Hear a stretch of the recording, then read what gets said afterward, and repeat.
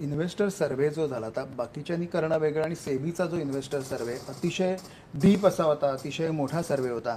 त्याची काय आपल्याला टेक अवे ज्याला म्हणतो आपण काय आपल्याला सांगता येते? बरोबर आहे. कारण आता हा जो आपण जो प्रोजेक्ट जागरूक जो करतोय तर त्याच्यासाठी जे बेस इन्फॉर्मेशन आपल्याला जे पाहिजे होती ती आपल्याला सर्वेमधनं जास्त मिळालेली.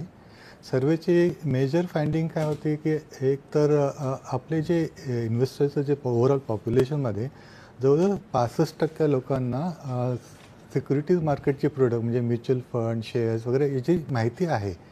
पण त्यामधले फक्त 9% लोक जे आहेत ते ॲक्च्युअल इन्व्हेस्टमेंट करतात. बरोबर. तर कम्पेअर्ड टू आपल्या पॉप्युलेशनच्या दृष्टीने हा प्रमाण फारच कमी आहे.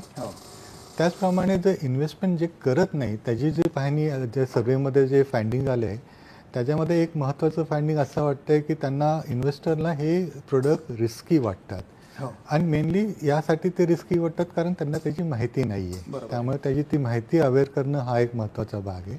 आणि तिसरी महत्त्वाची गोष्ट जी आपल्याला आढळली या सर्वेमध्ये की हे जे सर्वेज जे अवेअरनेसची जे ॲक्टिव्हिटीज माहिती जी आहे ना ती शक्यतो जास्त करून इंग्लिश आणि हिंदी या भाषेमध्ये जास्त आहे.